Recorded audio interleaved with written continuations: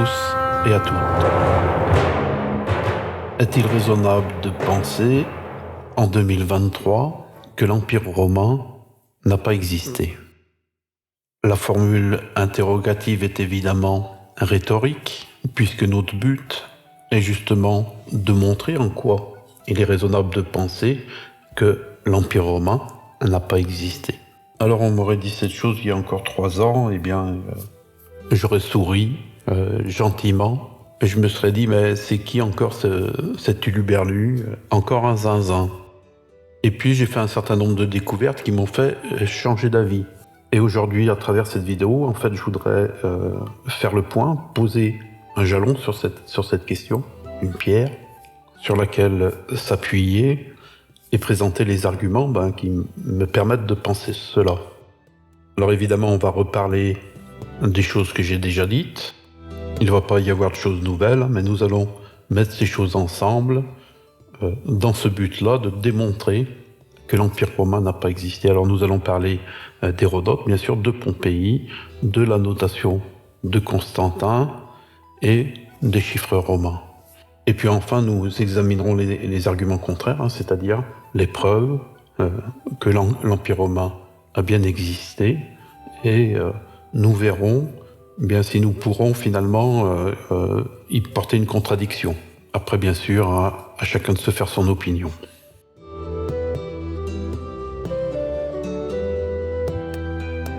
Commençons par Hérodote, puisque c'est un petit peu le fil rouge sur notre chaîne. Eh bien, Hérodote, au départ, c'est la découverte de 120 liens littéraires entre les histoires d'Hérodote et la Bible, en particulier les évangiles.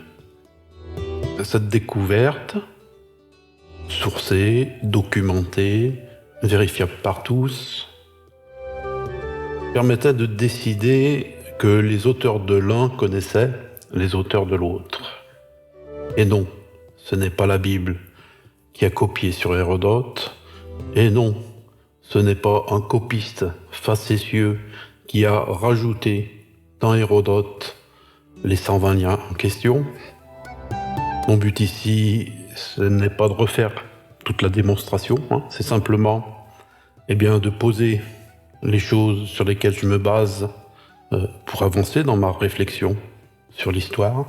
Et cette découverte me permet d'affirmer tranquillement, sereinement, avec certitude et conviction, qu'Hérodote n'a pas existé à l'heure où on nous dit qu'il a existé, mais qu'il a écrit son livre beaucoup plus tard, après les évangiles, et à une époque où il ne pouvait pas connaître les histoires qu'il raconte, donc qu'il invente.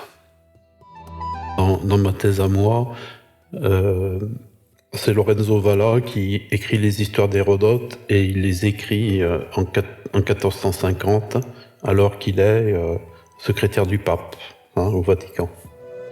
Mais ça, c'est une hypothèse. La certitude, c'est qu'Hérodote écrit après les évangiles. Ça, on en est sûr. Le fait que ce soit Lorenzo Valla, c'est une hypothèse. J'ai donné mes arguments. Ici, peu importe. Est-ce que le fait de dire qu'Hérodote n'a pas existé pourrait être une preuve que l'Empire romain n'a pas existé? Évidemment non. D'autant que Hérodote précédant Rome, la Rome antique n'apparaît nullement dans l'œuvre d'Hérodote. Par contre, ça nous permet de tirer d'autres conclusions sur l'histoire, et en particulier sur la littérature historique. Mais le premier enseignement qu'il faut retenir, c'est qu'il ne s'agit pas d'une erreur des historiens. Depuis la première publication d'Hérodote, en 1474 par Lorenzo Valla, ça fait maintenant 550 ans environ, aucun historien, aucun philosophe, aucun ecclésiastique n'a attiré notre attention sur la présence au cœur du récit d'Hérodote d'un personnage qui est crucifié, dont on dit qu'il est oint, c'est-à-dire qu'il est Messie, Christos, oint par le soleil, que des humeurs s'écoulent de son corps, que sa mort a été prophétisée 2 fois et qu'il participe d'une pêche miraculeuse. Eh bien, en 550 ans, personne, parmi tous les instruits de la civilisation occidentale, n'a vu le problème. C'est gros, comme le nez rouge sur la face d'un clown, et personne ne voit rien, et ça fait plus de 5 siècles que ça dure.